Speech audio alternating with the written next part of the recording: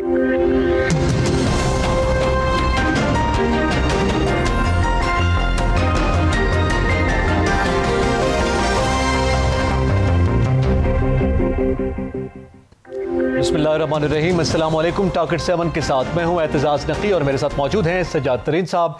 नाज़रीन, आज के प्रोग्राम में हम जिक्र करेंगे, एक तो वफाकी काबीना का इजलास हुआ, उसमें एक फ़ैसला किया गया फेरी सर्विस के हवाले से, उसका जिक्र करेंगे मुख्तसर सा। लेकिन आज की जो बड़ी खबर है वो पंजाब के हवाले से है। 2 सालों में 5वीं बार IG पंजाब तब्दील हुआ है और उस पर खासी तनकीद की जा रही है। अपोजिशन की इस हवाले से एहतजाज भी सामने आया है। गवर्नेंस पर सवाल उठ रहे हैं, पंजाब हुकूमत और बुज़दार हुकूमत पर इस हवाले से उंगलियां उठ रही हैं, तो उस पर भी गुफ्तगू करेंगे और इसके अलावा जो दीगर मसाइल हैं मुल्क के उसकी भी बात करेंगे। सज्जाद तरीन साहब, सबसे पहले तो वफाकी काबीना का ज़रा मैं चाहूँगा, बड़ी खबर तो खैर वो पंजाब वाली है, लेकिन मैं चाहूँगा कि आज जो फैसला सामने आया, एक तो ज़्यादातर आपके इल्म में है काबीना में कराची बड़ा डिस्कस होता रहा है और उसमें आपको पता है वो क्रेडिट और पैकेज के हवाले से जिक्र चल रहा है।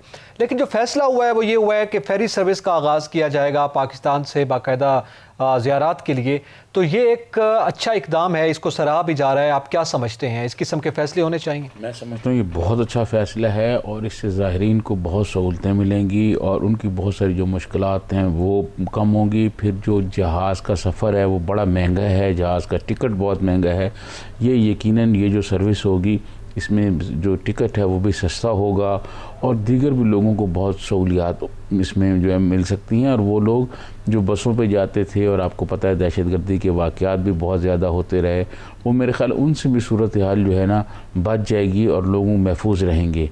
अगर ये सर्विस हो जाती है और ये कामयाब हो जाती है तो मैं समझता हूँ ये हुकूमत पाकिस्तान का एक अच्छा इक़दाम होगा। जी सही। अच्छा, इसके साथ थोड़ा पंजाब पे आएँ। सज्जाद तरीन साहब, पंजाब आज आपके इल्म में बड़ा डिस्कस हुआ। वैसे तो हमेशा पाकिस्तान की सियासत में भी और दीगर इक़दामात के हवाले से पंजाब ज़ाहिर बड़ा सूबा है, बड़ी अहमियत है। लेकिन इस वक्त जो आज फैसला हुआ है, एक मरतबा फिर IG पंजाब को तब्दील किया गया। शुएब दस्तगीर साहब और CCPO लाहौर के दरमियान इख्तलाफात के बाद वो स्टोरी आपके इल्म में होगी जो सामने आई। अब बात यह है कि 2 सालों में 5वां IG तब्दील, क्या कन्फ्यूज्ड है बुज़दार हुकूमत? देखिए, मैं आपको अर्ज़ करूं, बात यह है कि जो चीफ़ मिनिस्टर होता है वो सूबे का कैप्टन होता है।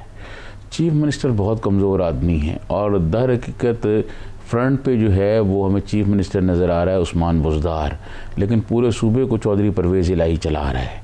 अच्छा, मैं समझता हूँ चौधरी परवेज़ इलाही एक तजर्बाकार आदमी है, चीज़ों को वो समझता है।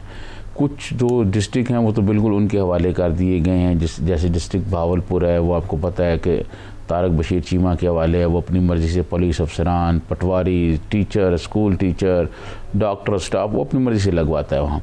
इसी तरह बाकी भी हैं। चौधरी साहब जो हैं वो अपनी मर्ज़ी के चाहते हैं, कुछ और लोग जो हैं वो अपनी मर्ज़ी से चाहते हैं। आप मुझे ये बताएं, ये 5वां आदमी है जो तब्दील हो रहा है, क्या 9 डिवीज़न है पंजाब के, कुछ 35-36 के करीब अजला हैं। आप मुझे ये बताएं कि एक आदमी जो 2 महीने भी नहीं रहा वो किस तरह पूरे अजला को विज़िट करेगा, किस तरह टीम बनाएगा, किस तरह पंजाब को जो जराइम पेशा लोग हैं, जो माफियाज़ हैं, जो कब्ज़ा ग्रुप है, उनसे कैसे निजात दिलाएगा। मैं ये समझता हूँ कि इस तरह की सूरत हाल कि एक अफसर आए वो 2 महीने के बाद चला जाए, दूसरा अफसर आए वो 4 महीने के बाद चला जाए और सियासी लोगों की आपस की लड़ाइयाँ जो हैं ये नुकसानदेह हैं पंजाब के अवाम के लिए। सही है। इसी हवाले से गुफ्तगू करने के लिए पीपल्स पार्टी पंजाब के रहनुमा चौधरी मंजूर साहब हमारे साथ लाइन पर मौजूद है। बहुत शुक्रिया चौधरी साहब वक्त देने का। सर, आज हमने देखा कि एक मरतबा फिर IG पंजाब को तब्दील किया गया है, इस पर अपोजिशन का भी एहतजाज सामने आया है। क्या समझते हैं, क्योंकि एक जो तासुर है वो ये दिया जा रहा है हुकूमती सतह पर किसी हद तक, और वो ये है कि चूँकि ब्यूरोक्रेसी जो है वो गुज़िश्ता हुक्मरानों की वो भी कंट्रोल में रही है, उनकी हामी है, उनके खुद तैनात करदा लोग हैं जो इस वक्त प्रमोट होकर ऊपर आए हैं, तो वो बड़े रेजिस्ट कर रहे हैं पंजाब हुकूमत के लिए। देखिए, आप लोग तो ऐसे जेलसी में ये बातें कर रहे हैं। असल में तो पंजाब हुकूमत जो है वो गुड गवर्नेंस से आगे फिर बेटर गवर्नेंस और आज वो आखिरी IG तब्दील करके बेस्ट गवर्नेंस में दाखिल हो गए हैं। अब शायद वो एब्सोल्यूट गवर्नेंस पे बल्कि दाखिल हो गए हों, जिसमें उन्होंने IG तब्दील किए हैं, जिसमें चीफ सेक्रेटरी तब्दील किए हैं। तो ये तो उनकी जो आला गवर्नेंस के दावे थे उसका हिस्सा है। ये तो सिर्फ लोगों को 5 IG याद है। छठे तो नासिर साहब जो यहाँ पे रिफॉर्म्स करने आए थे वो भी मुस्ताफियों के घर चले गए। तो ये कौन सा तरीका है जिसके जरिए वो, क्योंकि ये ब्यूरोक्रेसी के जरिए रूल करना चाहते हैं इस मुल्क में, तो ब्यूरोक्रेसी के अंदर भी जब वो किसी बात से इनकार कर देते हैं, ये रूठ जाते हैं हुक्मरान। ना कोई इनकी पॉलिसी है, ना विजन है, ना कोई हिकमत अमली है, कुछ भी नहीं। चौधरी साहब, माजी में तो ये कहा जाता था कि जी माजी के हुक्मरान जो हैं वो पुलिस को सियासी मकासद के लिए इस्तेमाल करते हैं, लेकिन उनमें देखा गया इतने ट्रांसफ़र नहीं हुए, 5-5 साल में इतने ट्रांसफ़र नहीं हुए। इसकी क्या वजह है? अब तो हुकूमत जो है वो कहती है पुलिस को हम सियासी मकासद के लिए इस्तेमाल नहीं करते।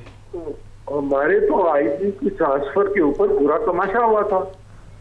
तो यहाँ पे तो देखिए, बगैर आईजी के पीछे एक सीसीटीओ को लगाया जाता है और वो जब एतराज करता है तो बजाय उसके कि उसको दुरुस्त किया जाता, उस तरीकेकार को दुरुस्त किया जाता, उठाकर आईजी को उधर बांटते। तो ये कोई नहीं देखेगा या कोई इसको इस पे बात नहीं करेगा। ये तो इनको तो सारे साथ खून माफ है ना। नहीं, आप ये छठा आईजी आ गया जी। चौधरी साहब आप ये बताएं कि माफ है तो साथ तो पूरे करने देना। नहीं चौधरी साहब आप ये बताएं कि क्या वजह क्या है? क्या चीफ मिनिस्टर जो है वो ब्यूरोक्रेसी के साथ, पुलिस के साथ चल नहीं सकता, या उनको आईजी के काम पसंद नहीं है? असल वजह क्या है? आप क्या महसूस करते हैं? नहीं, उसको क्या पता, वो एक अनोखा लाडला बच्चा बिठाया हुआ है, उसको क्या पता क्या प्रोसीजर है, क्या तरीकेकार है। वो जो कहता है कि अब ये नहीं चाहिए मुझे, उसको उठा देते। असल में तो जिम्मेदार इमरान खान है, जिसने इस किस्म का लगाया हुआ है पंजाब के लोगों के साथ, पंजाब की आवाम के साथ। एक ऐसा बंदा बैठाया हुआ है जिसको ये नहीं पता कि यूरोपियन यूनियन को गलत है कि कोई यूनियन है। उसने क्या करना है, यही होना है। अच्छा चौधरी साहब, आप क्या समझते हैं? एक तो जाहिर है वो जो दावे थे वो तो एक्सपोज हुए किसी हद तक पुलिस के निज़ाम को बेहतर करने के हवाले से। ये लग रहा है इस वक्त जाहिर है होमवर्क और प्लानिंग की जो है वो खासी कमी है, बिलखसूस पंजाब हुकूमत में बड़ा तज़ब्ज़ुब है। अपोजिशन के पास बड़ा मौका है इस हवाले से बात करने के लिए और सूरत हाल को सियासी तौर पर अपने हक में करने के लिए, मगर वहाँ पर कुछ ज़्यादा रिएक्शन नज़र नहीं आ रहा उस नौयत का।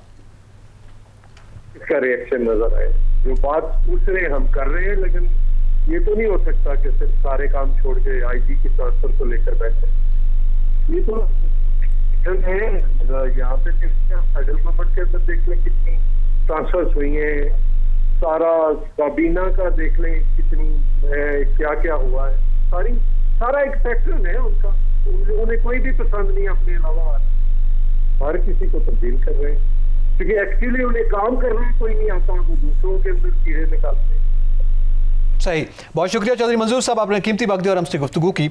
सजाद तरीन साहब, ये इस पे तो हम बात करते हैं डिटेल जो हुकूमती सतह पे है, लेकिन ये जो अपोजिशन के हवाले से भी सवाल किया और जो जवाब सामने आया है अपोजिशन का, ये कहते हैं ये तो नहीं है कि हम ये एक मामला लेके बैठे हैं। आपको पता है पूरी ब्यूरोक्रेसी का एक मामला चल रहा है और ये बहुत बड़ा इशू है पुलिसिंग निज़ाम को बेहतर करने की वजह से। ये खाली ये ठीक हो जाए तो मेरे ख्याल में आधे से ज़्यादा मसाइल हल हो जाते हैं। अपोजिशन की खामोशी की क्या वजह है कि वो कहते हैं यार हम सिर्फ ये एक इशू लेके तो नहीं बैठेंगे? तो कौन से इशूज़ हैं जिस पे अपोजिशन खेल सकती है? मैं आपको अर्ज करूँ, अपोजिशन ने ना इस हुकूमत को इनके हाल पे छोड़ दिया है।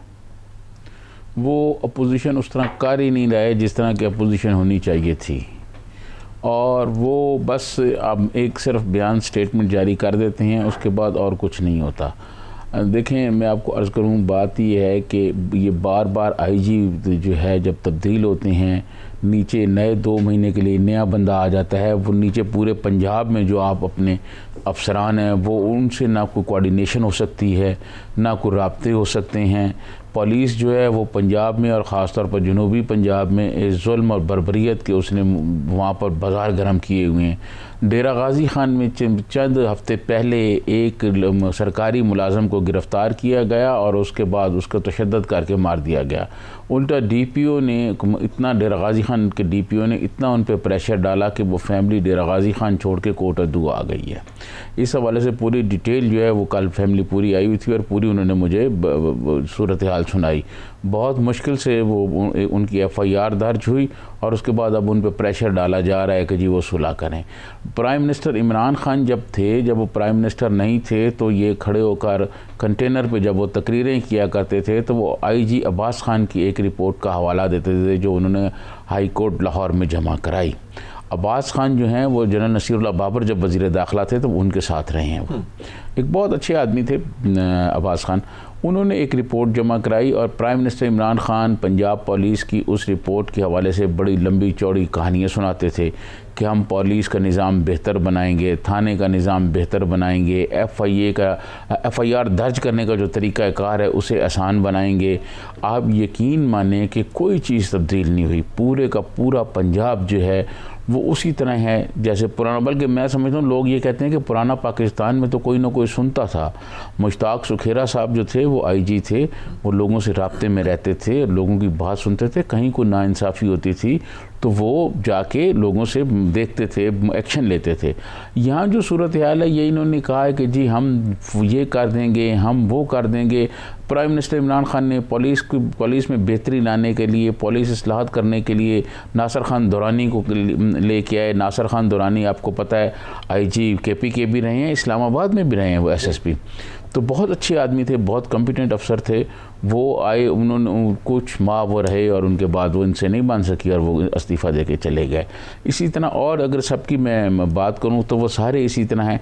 अब जो इनाम गनी साहब आए हैं, इनाम गनी साहब बहुत कॉम्पिटेंट अफसर हैं और इसमें कोई शक नहीं, मेहनत करने वाले अफसर हैं और दिन रात मेहनत करते हैं। वो पहले भी जो है वहाँ पर रहे हैं, ऑपरेशनल IG रहे हैं, डिप्टी जो ऑपरेशनल IG पंजाब।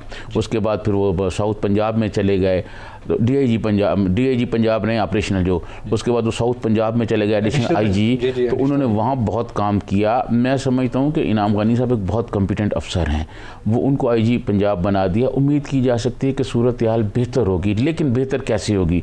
अब ये हो कि 2 महीने बाद अगर आप इनाम गनी साहब को भी तब्दील कर दें तो 2 महीने में क्या परफॉर्मेंस दिखाएंगे? इनाम गनी साहब FIA में भी जो है वो सर्व करके गए, डायरेक्टर FIA भी रहे हैं। हम बात कर रहे हैं आपके वो कॉम्पिटेंट अफसरान हैं, जो एक लिस्ट है पिछले 2 सालों की, जरा उस पर भी मेरे ख्याल में 1 बाय 1 बात करते हैं कि वो क्या उनकी कॉम्पिटेंसी में इशू था या मामलात कुछ और थे।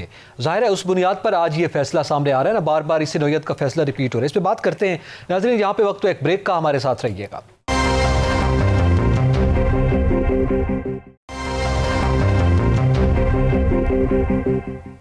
वेलकम बैक नाजरीन। बात कर रहे हैं पंजाब हुकूमत की कारकर्दगी और बिलखुसूस जो ब्यूरोक्रेसी के हवाले से वहाँ पे इक़दामात किए जा रहे हैं और पे दर पे तबादलों और तकर्रियों का मामला है। बिलखुसूस IG पंजाब का ये इशू सामने आया है कि 2 साल में 5वें IG जो है वो तब्दील कर दिए गए हैं। तो इस पर बात कर रहे हैं। सजाद तरीन साहब, ब्रेक से पहले ये एक सवाल था। एक तो ये है हुकूमती कारकर्दगी के हवाले से अपोजिशन का वर्जन आपने बताया।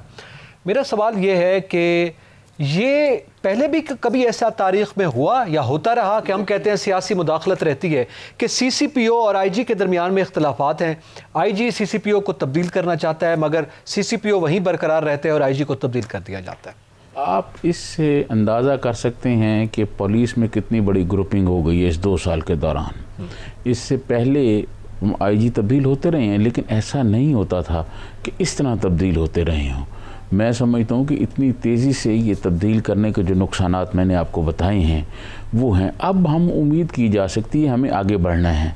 हम ये उम्मीद करते हैं कि जो IG इस वक्त इन्होंने लगाया है IG पंजाब, इनाम गनी साहब, ये बहुत कॉम्पिटेंट अफसर हैं और बहुत चीज़ों को ये देखते हैं। एडिशनल IG ऑपरेशन रहे हैं पंजाब में, तो मैं ये समझता हूँ फिर एडिशनल IG जो हैं साउथ पंजाब में भी रहे हैं, ये विज़िट भी किए हैं सारे इलाके इन्होंने। अब ये आ गए हैं, इनको अब काम करने का मौका देना चाहिए और जब इनको काम का मौका मिलेगा तो ये परफॉर्मेंस भी परफॉर्म करेंगे और वहाँ की जो पुलिस की जो सूरत हाल है उसको बेहतर बनाएंगे। अगर ये हो कि इनाम गनी साहब भी आए और 2 महीने बाद इनको भी ट्रांसफ़र कर दिया जाए तो फिर इस तरह सूरत हाल नहीं चलेगी। इससे पुलिस का निज़ाम बेहतर नहीं होगा, इससे आवाम आदमी को रिलीफ नहीं मिलेगा। वो जो प्राइम मिनिस्टर इमरान खान ये दावे करते रहे हैं कि हम आएंगे तो लोगों को इंसाफ दहलीज पर मिलेगा, पुलिस किसी के साथ कोई ज़्यादती नहीं करेगी, कोई सियासी तौर पर पुलिस को इस्तेमाल नहीं करेगा। अब चौधरीज़ के पास जितने ज़िले हैं चाहे वो गुजरात हो, बावलपुर का मैंने जिक्र कर दिया है, यह सारी पॉलिस जो है वो चौधरियों की मर्ज़ी से लगती है, अफसरान चौधरियों की मर्ज़ी से लगते हैं। तो जब इस तरह होगा तो क्या ये सियासी मुदाखलत नहीं है? इस तरह सूरत हाल बेहतर नहीं हो सकती। अच्छा, अब इस पे ज़ाहिर है हुकूमत कहती है कि जनाब ये कारकर्दगी की बुनियाद पे है। वज़ीर आला और वज़ीर आज़म की भी आपको पता है इस ज़िमन में मुलाकात हुई, फिर वज़ीर आला ने दोनों अफसरान को अलहदा मुलाकात की बुज़दार साहब ने, और दोनों की शिकायत सुनी और कहा कि हम फेवरेटिज्म नहीं कर रहे बल्कि हम इंसाफ पर मबनी फैसला करेंगे। अब एक जानिब CCPO लाहौर ने ये बयान भी उनका सामने आया, जिस बयान पर तलखी हुई उसके बाद, कि वो IG पंजाब से मुआफ़ी मांगने के लिए तैयार हैं, मगर IG साहब जो हैं वो राज़ी नहीं थे।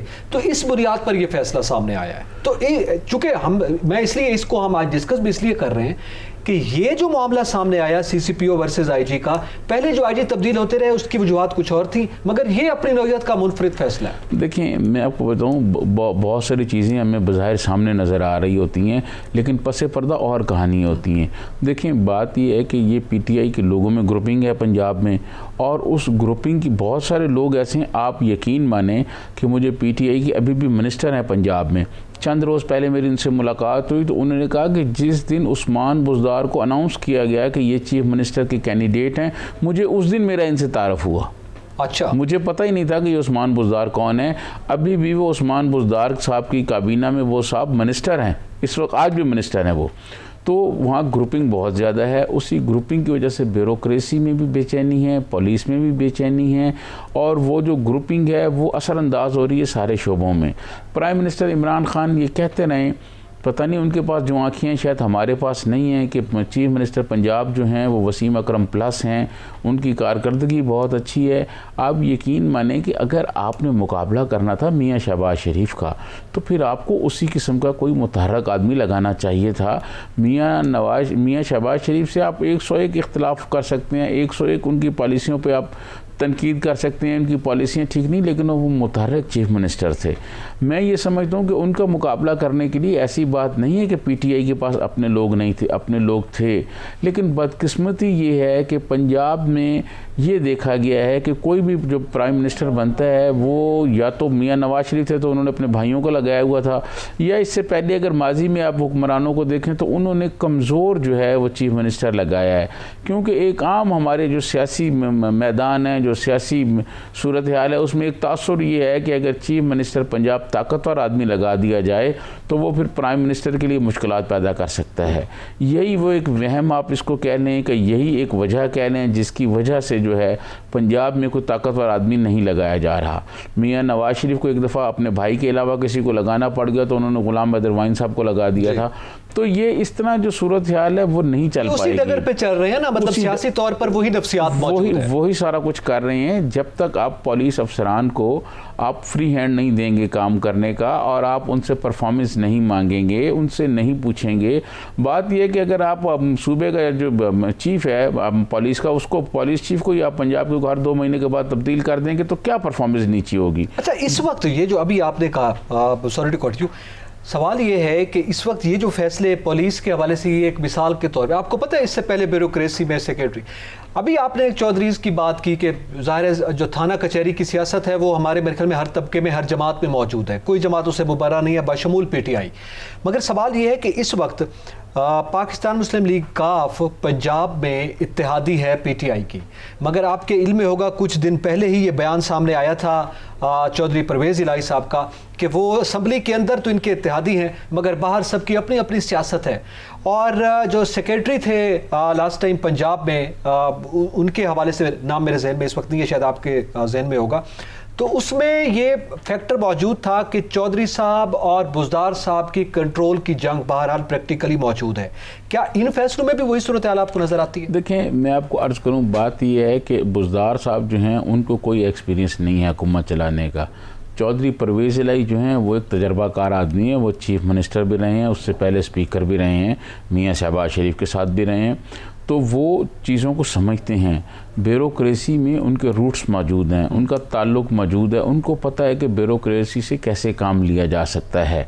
देखें, जब वो प्राइम मिनिस्टर को किसी भी ओहदे के लिए कोई 3 नाम जाते हैं तो उन तीनों में से 2 आदमी तो चौधरीज़ के होते हैं, जो चौधरीज़ के तल्लुकदार होते हैं। तो आप चौधरियों को कैसे सारा उसमें से उनका जो असर है, जो उनका ताल्लुक़ है, जो उनका लोगों से ब्यूरोक्रेसी से ताल्लुक़ है, वो आप कैसे ख़त्म कर सकते हैं। तो मैं ये समझता हूँ कि सूबे में उस्मान बुज़दार साहब जो हैं, इससे तो बेहतर था कि अगर आप चौधरी परवेज़ इलाही को चीफ मिनिस्टर लगा देते तो वो बेहतर परफॉर्मेंस दे सकते थे।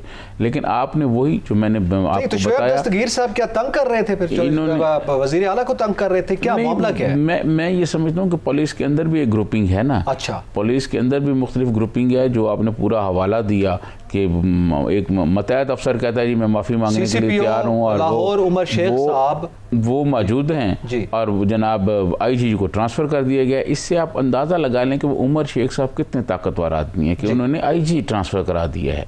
ये कोई छोटी बात नहीं है, ये बहुत बड़ी बात है। और बदकिस्मती से ये वो हुकूमत कर रही है जिस हुकूमत का सरबराह जनाब इमरान खान साहब वज़ीर आज़म बनने से पहले ये कहते थे कि फ़ैसले मेरिट पर होंगे, पुलिस में हम जो है तब्दीलियाँ लाएंगे और पुलिस को सियासी मकासद के लिए इस्तेमाल नहीं होने देंगे। और अब्बास खान की जो रिपोर्ट है उसको पेश नज़र रखते हुए हम पुलिस को बहुत बेहतर बनाएंगे, इस्लाहात लाई जाएंगी। आप यकीन माने कि पुलिस में किसी किस्म की कोई तब्दीलियाँ नहीं हैं।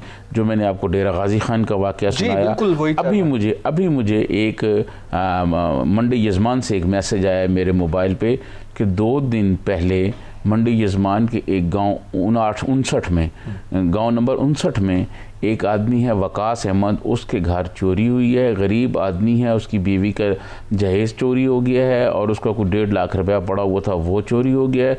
वो थाने गया है तो पुलिस वाले आए हैं, उससे खाना शाना खा के चले गए हैं। तो उन्होंने कहा अच्छा बस देखते हैं, आपको किसी पर शक है तो बता देना, अभी पर्चे की ज़रूरत नहीं है। ये है जनाब पंजाब में पुलिस की सूरत हाल। तो ऐसी सूरत हाल में कौन सी बेहतरी है? वो गरीब आदमी जिसकी बीवी का जहेज़ भी चला गया, जिसके घर पड़े हुए 1.5 लाख रुपये भी चले गए, अभी उसको इतना तंग किया जाएगा, उसके घर आके खाने खाएंगे पुलिस वाले और पर्चा भी दर्ज नहीं होगा। आप मुझे ये बताएं कि ये कौन सी तब्दीली है और किस तब्दीली की आप बातें कर रहे हैं। लेकिन इस सारी सूरत हाल के बावजूद अभी जो आईजी इन्होंने लगाया है, इससे उम्मीद की जा सकती है कि सूरत हाल बेहतर होगी। लेकिन इस बेहतरी उसी सूरत में होगी अगर इनको काम करने का मौका दिया जाएगा। अगर 2 महीने के बाद अपने मातहत को तब्दील नहीं कर सकता और मातहत अफसर को तब्दील करवा देता है तो फिर तो जाहिर है सूरत हाल बिल्कुल बरक्स हो गई ना। अगर पहले पुलिस को इस्तेमाल भी किया जाता था, गुज़िश्ता अदवार हुकूमत की हम बात कर रहे हैं, या इवन के सिंध का बार बार भी हवाला दिया जाता है, तो उसमें हम देखते हैं कि बहरहाल थ्रू प्रॉपर चैनल काम किया जाता है। एक तो ये है। दूसरा, अभी आपने जैसे कहा इनाम गनी साहब बड़े कॉम्पिटेंट आदमी हैं, पहले कलीम इमाम साहब रहे यहाँ पे, ताहिर साहब उनको मेरे ख्याल में 1.5 महीना 2 महीने उनको मिले हैं, अब शुएब दस्तगीर साहब, इन लोगों के हवाले से भी ज़ाहिर है ये कहा जाता है बड़े कॉम्पिटेंट थे। अमजद सलीमी साहब थे।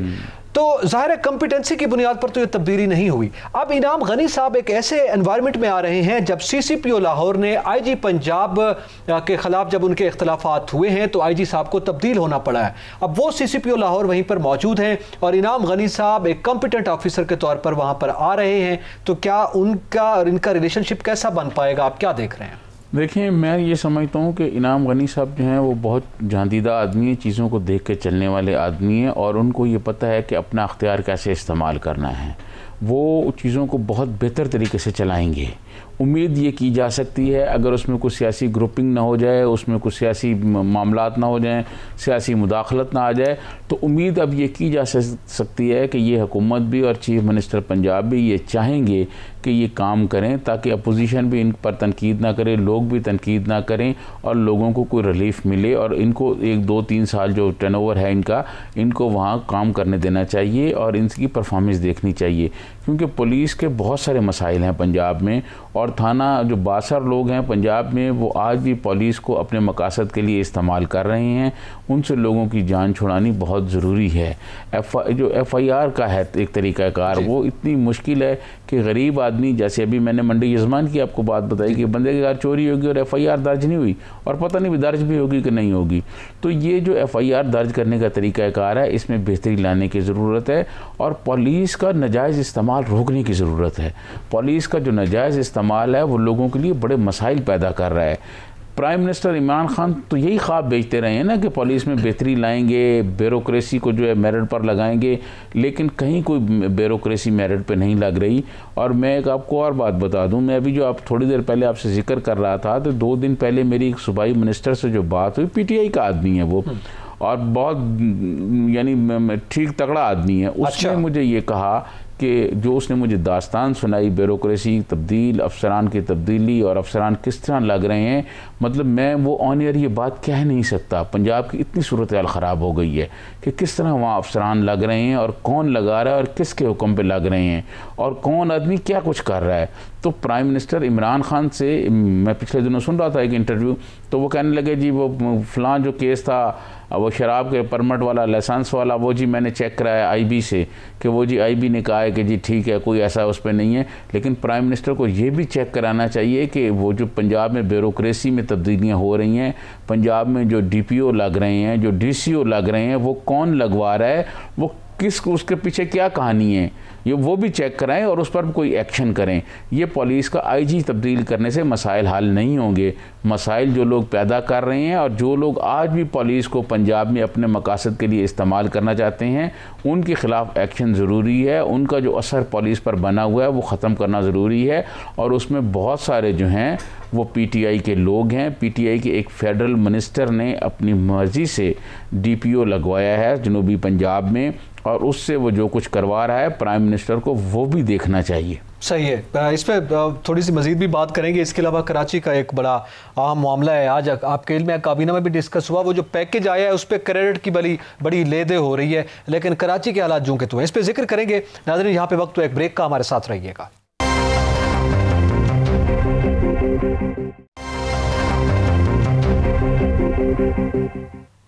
Welcome back. नाज़रीन, बात करेंगे कराची की सूरत हाल। कराची की सूरत हाल तो हम डिस्कस करते हैं और आपके इल्म में है कि क्या है, लेकिन जो पैकेज आया है उस हवाले से ज़रा बात करेंगे कि वो उस पर अब बयानात का सिलसिला जारी है वफाक और सिंध हुकूमत के दरमियान, लेकिन मामला जो का तू है। सजाद तरीन साहब, 1100 अरब रुपए वफाक कहती है मैंने दे रहे हैं, हम कराची के लिए पैकेज दे रहे हैं स्पेशल जनाब। उसके बाद ये कहा गया कि उसमें से सूबे का इतना हिस्सा और वफाक का इतना हिस्सा। यहाँ पे वफाकी वज़रा बैठ कर कहते हैं कि जनाब हम आधे से ज़्यादा 650 अरब रुपए वफाक देगी, बाकी सूबा देगा। सूबा कहता है 350 ये दे रहे हैं, 600 हम दे रहे हैं। तो ये क्या मामलात हैं? सिर्फ बयानात चल रहे हैं और पानी अभी तक मौजूद है, लोग उसमें तैर कर जा रहे हैं। देखें, पहले तो बात यह है कि जब ये 1100 अरब की बात आई तो मैंने बहुत से माहिर मईशत से ये पूछा, तो हर कोई ये पूछ रहा था कि हमें समझ नहीं आई कि ये 1100 अरब कहाँ से आएंगे और गवर्नमेंट कहाँ से देगी। ठीक है, वो जो बजट का हुजम है वो बता रहे थे कि बजट का हुजम तो इससे कम है, तो इतने ज़्यादा ये कहाँ से लेके आएंगे और कहाँ से ये देंगे। तो पहले सवाल ये है कि ये जो प्राइम मिनिस्टर ने 1100 अरब का कहा है, ये आएंगे कहाँ से। मैं समझता हूँ हफीज़ शेख साहब को सामने आना चाहिए और एक इस पर पूरी प्रेस कॉन्फ्रेंस करनी चाहिए और बताना चाहिए कौम को कि ये जो पैसे हैं कहाँ से आएंगे, और फिर इसमें सूबा कितने देगा ये भी बताना चाहिए। मैं आपको अर्ज़ करूं कि इस वक्त जो PTI है वो सिर्फ़ और सिर्फ कराची के जो अवाम की जो मुश्किलात है उस पर सिर्फ सियासत कर रही है। सिंध वाले भी काम तो कर रहे हैं, लेकिन वो भी उसका फिर जवाब देते हैं, तो दूसरी तरफ वो भी एक सियासत ही कर रहे हैं। कराची में बहुत ज़्यादा मुश्किलात हैं। देखें, पहले तो ये होता था कराची में, नकी साहब के कराची गरीबों की बस्तियाँ डूब जाती थी, गरीबों के गोट डूब जाते थे। इस दफ़ा जो बारिश आई है और इतनी ज़्यादा बारिश आई है जिससे जो अशराफिया के इलाके थे, जिसमें डिफेंस है, DHA है, दूसरे बाकी बड़ी बड़ी अशराफिया की जो कॉलोनियाँ हैं, इलाके हैं, वो सारे डूब गए हैं। और उनको ये पता चला है कि कराची की जो गरीबों की जो मुश्किलात थी वो क्या थी। अब उन मुश्किलात को कम करने की बजाय पूरी की पूरी सियासत हो रही है। इससे पहले कराची की जो बारिशों से पहले की मैं बात कर रहा हूँ, कराची में कोई ट्रांसपोर्ट अच्छी नहीं है। ठीक है, वहाँ ट्रांसपोर्ट अच्छी ना होने की वजह से वो जो पूरा शहर है वो छोटे छोटे टुकड़ों में तकसीम हो गया है। यानी कोरंगी वाला आदमी जो है वो मेरे ख्याल में डिफेंस में नहीं आता, जो डिफेंस वाला आदमी है वो कोरंगी में नहीं जाता, और उनके जो बच्चे हैं वो उसी एरिया में पढ़ते हैं। या तो उनके पास गाड़ी हो, अगर गाड़ी हो तो ट्रैफिक इतनी ज़्यादा है, ट्रैफिक का इतना रश है कि दूसरे इलाके में नहीं जा सकता आदमी। अच्छा, उसके बाद जो अब एक अच्छी ट्रांसपोर्ट होनी चाहिए कराची में, जो पब्लिक ट्रांसपोर्ट होनी चाहिए वो नहीं है। उसके ना होने की वजह से लोगों के कारोबार जो हैं वो भी बैठ गए हैं। अब जो डिफेंस के लोग हैं वो डिफेंस से बाहर नहीं जाते कोई सामान ख़रीदने के लिए या कोई चीज़ें ख़रीदने के लिए, वो डिफेंस में ही हैं। इसी तरह जो लियारी के लोग हैं वो लियारी ही में चीज़ें ख़रीदते हैं, क्योंकि कुछ शहर की ट्रांसपोर्ट अच्छी नहीं है, और अगर ट्रांसपोर्ट कोई अच्छी हो जाए, गाड़ी हो जाए, तो ट्रैफिक पर रश इतना है, सड़क पर रश इतना है कि 100 बार सोचना पड़ता है। तो इसलिए कराची बुनियादी तौर पर ना मुख्तलिफ हिस्सों में या मुख्तलिफ टुकड़ों में आप समझ लें कि वो पहले से ही तकसीम था। ऊपर से ये बारिश आ गई है और इस बारिश ने आके लोगों को बहुत ज़्यादा नुकसान दिया है। मैं समझता हूँ कि होना तो ये चाहिए था कि फौरी तौर पर वफाकी हुकूमत भी, सूबाई हुकूमत भी कराची के लोगों के मसाइल हल करने में फौरी तौर पर शुरू हो जाती और लोगों को मसाइल कम किए जाते, वहाँ से पानी निकाला जाता, लोगों के लिए खाने का इंतज़ाम किया जाता और नालों की सफाई को बेहतर किया जाता और जो मुश्किलात थी वो कम किया जाता। अब एक और बात मैं आपको बताऊँ जो इसके बाद होनी है, कराची में जो बारिश का पानी है उससे वो सीवरेज वाला पानी जो है वो पीने वाले पानी में मिल गया है और बहुत सारे इलाकों में इस किस्म की इतलात आ रही हैं। इससे अब लोगों में बीमारियां फैलने का ख़तरा हो गया है। अब वो जो सारा सिस्टम है वो बिल्कुल बैठ गया है। कराची की मुकम्मल एक ओवरहालिंग की ज़रूरत है, वहाँ जो सीवरेज सिस्टम है उसको बेहतर बनाने की ज़रूरत है। और फिर इस दौरान एक और जुल्म जो हुआ कराची के अवाम के साथ नकी साहब, कि एक तरफ तो उनके घर बारिश का पानी आ गया और दूसरा लाइट चली गई। लाइट जाने से उन लोगों के पास ना पानी है पीने के लिए, ना कोई और है, घरों में पानी है, अंधेरे में बैठे हुए हैं, गर्मी और हब्स जो है वो बहुत ज़्यादा है। तो ये सारी चीज़ें अब देखने की ज़रूरत है और उन लोगों को भी मेरे ख़्याल में उनसे भी जवाब तलबी करने की ज़रूरत है जिन लोगों ने के इलेक्ट्रिक की निजकारी की थी। चेयरमैन नैब साहब को उस तरफ भी जाना चाहिए। वो ये कहते तो हैं कि हवा का रुख बदल रहा है और हवा का रुख तब्दील हो रहा है, लेकिन उसके बाद फिर उनकी कोई नज़र नहीं आती कि हवा गई कहाँ है। तो अब हवा बिल्कुल गुम हो जाती है। ये जो 1100 अरब वाला मामला है ये आपको खटाई में पड़ता हुआ लग रहा है? फ़कत ऐलान दिखाई दे रहा है। मैं यही समझता हूँ कि ये जो है ये 1100 अरब के नाम पर सिर्फ सियासत होगी और ये सियासत भी क्योंकि अब बल्दियाती इलेक्शन होने वाले हैं सिंध में भी, पूरे मुल्क में भी, और उस पर ये सियासत की जाएगी। और एक और जो लड़ाई नई शुरू होगी वो बल्दियाती इलेक्शन के ज़रिए कराची पर फिर कब्ज़े की लड़ाई शुरू होगी। उसमें MQM भी शामिल है, उसमें PTI भी है, उसमें पीपल्स पार्टी भी है, उसमें बाकी जमातें भी हैं। पीपल्स पार्टी को तो कभी सिंध से वोट मिला नहीं है, कराची से वोट मिला नहीं है। कराची में उनकी वही मखसूस सीटें हैं जो लियारी से हैं, मलीर से हैं। तो पूरे कराची में या तो जमात इस्लामी रही है पहले, जमात इस्लामी के बाद MQM आ गई है, MQM के बाद अभी PTI आई है। PTI को काफ़ी लोग उनके MNA MPs वहाँ से मुंतखब हुए हैं, 12-14 के करीब लोग हैं। तो मैं ये समझता हूँ कि ये सिर्फ एक बल्दियाती सियासत के लिए वो कर रहे हैं, अवाम के लिए अभी तक कुछ नहीं हुआ। अवाम के लिए जो करना चाहिए था वो बिल्कुल नहीं हुआ। देखें ये जो कराची के जो मसाइल हैं इनको आप 3 हिस्सों में जो है वो हल कर, एक तो वो कि फौरी तौर पर आप जो है ना हंगामी तौर पर मंसूबा बनाएं, एक थोड़ा सा मुद्दत वाला हो, एक लॉन्ग टर्म मंसूबा हो, ताकि मुस्तकबिल में ये मसाइल पैदा ना हो और इस पर संजीदगी से काम करना चाहिए, ना कि बयानबाजी जारी रहे। नाज़रीन, टाकर 7 से एतजाज़ नकी और सजाद तरीन को इजाज़त दीजिए। अल्लाह हाफिज़।